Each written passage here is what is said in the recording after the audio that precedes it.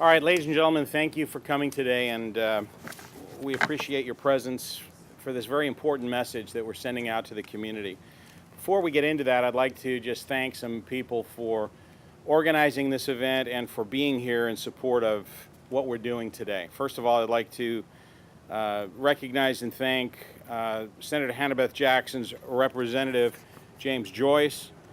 I'd like to thank our District Attorney Joyce Dudley for being here, Santa Barbara Highway Patrol Lieutenant Steve Larson, Lompoc Police Department Chief Pat Walsh, Deputy Chief Steve DeLira of the Santa Barbara County Probation Department, and a host of representatives from law enforcement organizations from throughout Santa Barbara County, from the Santa Maria Police Department, the Santa Barbara Police Department, the Lompoc Police Department, the Guadalupe Police Department, the UC Police Department, and the California State Park Service. We also have with us today representatives from the Santa Barbara County Fire Department and from our paramedics in the county, AMR. I also especially want to thank Marianne Moore, a mother who lost her 26-year-old son, Michael, in a DUI-related collision on June the 20th, and she's going to be speaking to you in a few moments. The reason we're here today is to kick off the national crackdown on impaired drivers that is coordinated nationwide by the National Highway Traffic Safety Administration. This specific end-of-summer enforcement period begins this Friday, August the 21st, and it continues through Labor Day, the weekend through September the 7th. Since it is now the end of summer, there are many people who are driving to and from vacations before school starts back up. And as we enter this period, I want to share some sobering statistics with you. Alcohol-involved crash fatalities are on the increase. In 2013, the last year that we have complete data for, we saw a 2.4% increase. And that followed a 7.3% increase the preceding year. Drug-involved crash fatalities have increased by 9% in 2013, and that followed an increase of 15.4% in 2012. About 10% of all injuries caused in traffic accidents are the result of impaired driving collisions. DUI arrests in California have unfortunately decreased by 7.2% in 2013, when we had 162,199 arrests statewide.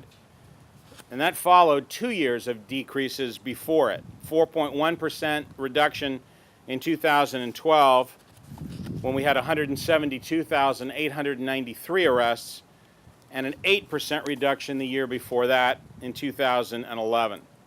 180,212 arrests that year. Through the State Office of Traffic Safety, we in Santa Barbara, along with many other counties and cities from throughout our state, have obtained grants to allow us to provide additional enforcement activities during times such as this. The Sheriff's Office manages the AVOID grant, also known as Avoid the 12. The California Highway Patrol, the Lompoc Police Department, the Santa Maria Police Department, and the Santa Barbara Police Department also have secured grants through the Office of Traffic Safety to participate in this special enforcement effort. The Avoid the 12 is another avenue for bringing all of our Santa Barbara County agencies together to conduct specific enforcement in the area of driving under the influence. Avoid the 12 stands for avoiding a DUI arrest by any one of the 12 law enforcement agencies throughout our county that participate in this effort and that enforce impaired driving laws. The 12 agencies are the Santa Barbara County Sheriff's Office, the California Highway Patrol, the Santa Barbara Police Department, the Lompoc Police Department, the Santa Maria Police Department, the Guadalupe Police Department, the University of California at Santa Barbara Police Department, the Allen Hancock College Police Department, the Alcohol Beverage Control Division of the State Department of Justice, the California State Parks and Recreation Department, the California Forest Service Enforcement Division, and the 30th Security Forces Squadron at Vandenberg Air Force Base. Drive sober or get pulled over is the National Highway Traffic Safety Administration's nationwide high visibility impaired driving campaign slogan. We've seen far too many people injured or lose their lives from the bad decision that's made to drive while under the influence of alcohol and or drugs. In an effort to combat impaired driving, we follow the slogan from the Office of Traffic Safety: zero tolerance, one goal, no fatalities. Now I'd like to turn it over to Senior Deputy Jeff Farmer, who is coordinating our Avoid the 12 efforts.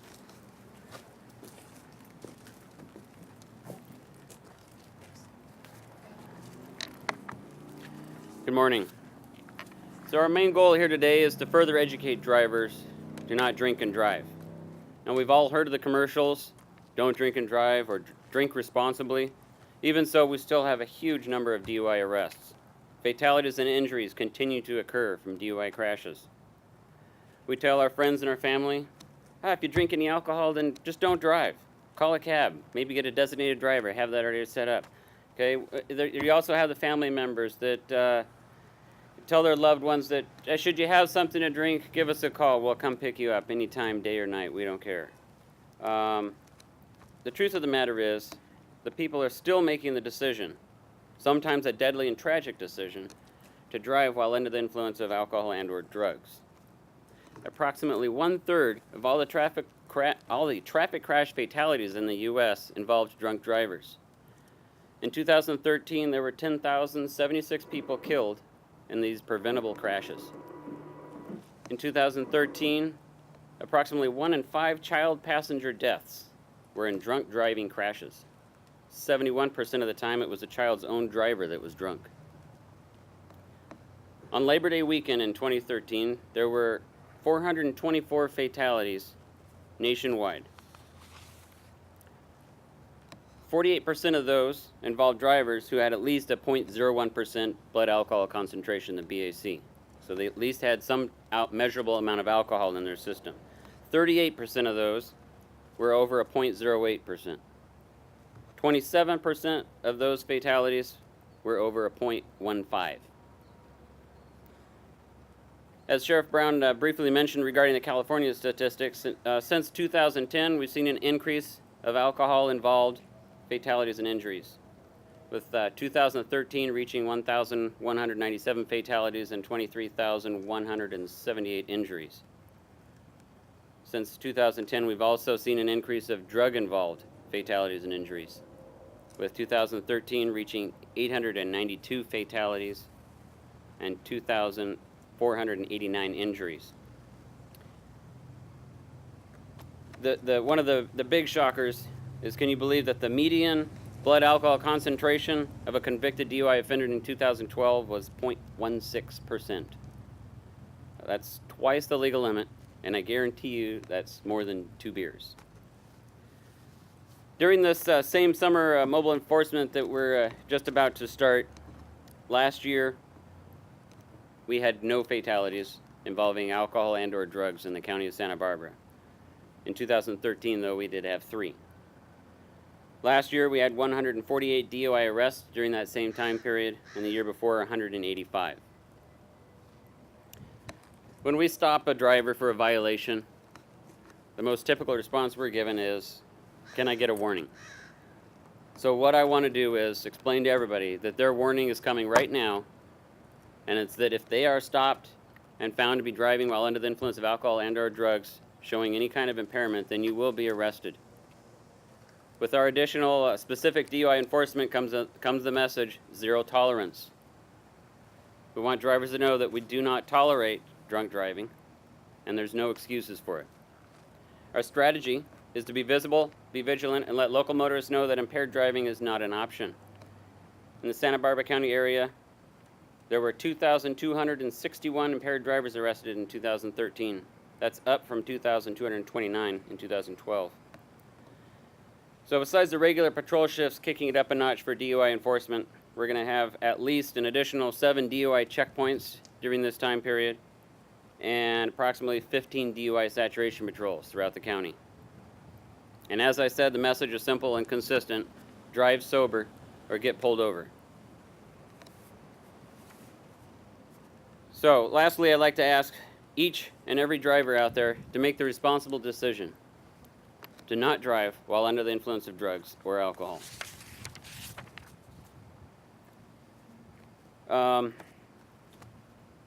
Last June 20th this year, at approximately midnight, very close to midnight, here in Goleta, this Lexus here was driven by Michael Moore. He had a BAC over twice the legal limit. After spending the day with his friends at the beach and drinking alcohol, he chose to drive home. Home being just on the other side of the highway, which was probably about 2 miles away. Combination of alcohol, speed, and no seatbelt kept him from making it to his house. Kept him from getting to spend more time with his family and his friends. At about 80 miles an hour on Hollister Avenue near Cathedral Oaks, he lost control of his car, went into a side skid across the road, where he then struck a tree. I now want to introduce Marianne Moore, Mike's mother. She has been gracious enough to express her feelings and how this has affected her. And I think it's a huge part of our enforcement, is not only going out and arresting DUI drivers, but the huge part is educating people of the other side of it that the family and friends have to deal with. Hi, I'm Marianne Moore. My son, Michael Moore, he was a great kid. He loved his family so much that he had family tattooed from here to here on his torso. I found out after he passed away, his friends called him Mama's boy. And he was proud of that because he always called me and asked me if I was hungry or if I needed anything before he came home. He was a good boy, and I'm going to miss him. And so is my family. He made the decision to get in that car that day, even though, since he had his driver's license, I have told him, call me, we'll come get you, we'll get you a ride, we'll get you a cab. Do not get in that car when you've been drinking. Both my neighbor and I have pounded that into our kids' heads since the day they got car keys. I'm here because if I can stop one person from getting in the car when they've been drinking, then it makes this worth it to me. One mother, not to have to go through what I'm going through right now. Not to be woken up in the middle of the night by your brother and the sheriffs to tell you your son's not coming home ever again. My family is shattered by this loss. And please just don't take the temptation with you if you know you're going to be drinking. Just get dropped off. Just leave your car. Because I know when you start drinking, you think you're 10 feet tall and bulletproof, and you're not. And that's it. Thank you. I'd like to now introduce District Attorney Joyce Dudley.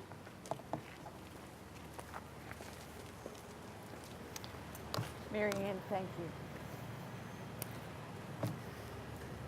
As a mother of 4 sons, I get it. Really good people make bad decisions after they've consumed alcohol and drugs. Really, really good people. The time to think about whether I should get behind the wheel is not after you've consumed alcohol and drugs. It's before you get out there. And my 4 sons have taught me that lesson. They're between the ages of 35 and 27, and they don't go out at night without figuring that out, whether it's taxi, Uber, leaving a car there, having a designated driver, just like they wouldn't think twice about whether to put their seatbelt on. It's incumbent upon us, my generation, to start taking the responsibility that the younger generation has taken. And to once again understand it's not the bad guys that get behind the wheel, it's good guys who've made bad decisions. Be safe out there.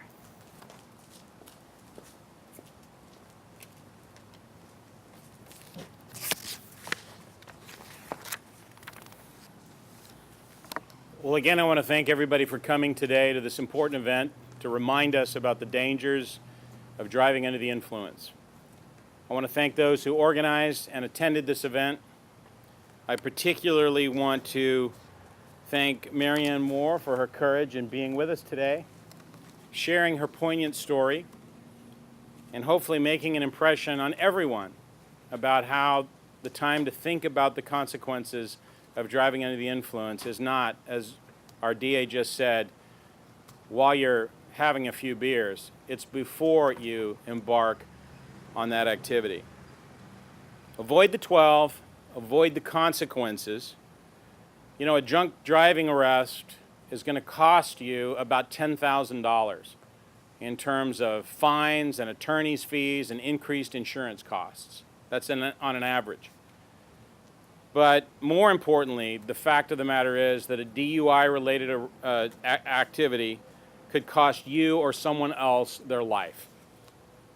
And a DUI tragedy doesn't just leave automotive destruction, it leaves a significant amount of wreckage in terms of emotion and physical pain that comes as a result of it.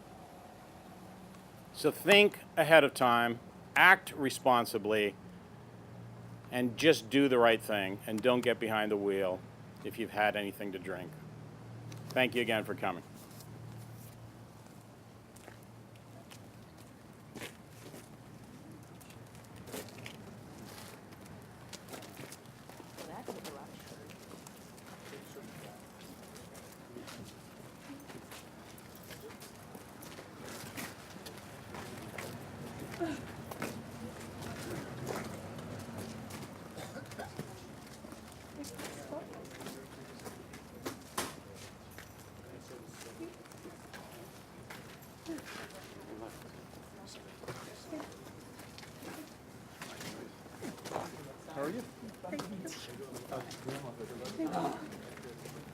Mine just showed up last night. Because we don't get to see but we know every month.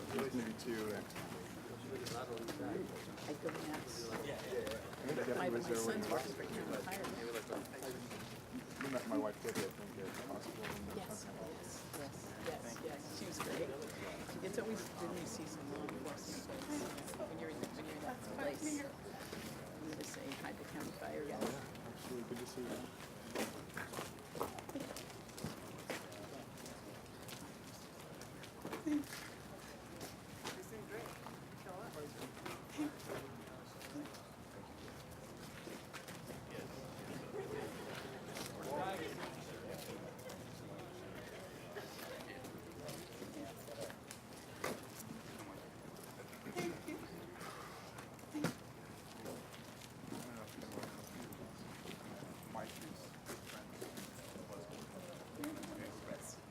First team.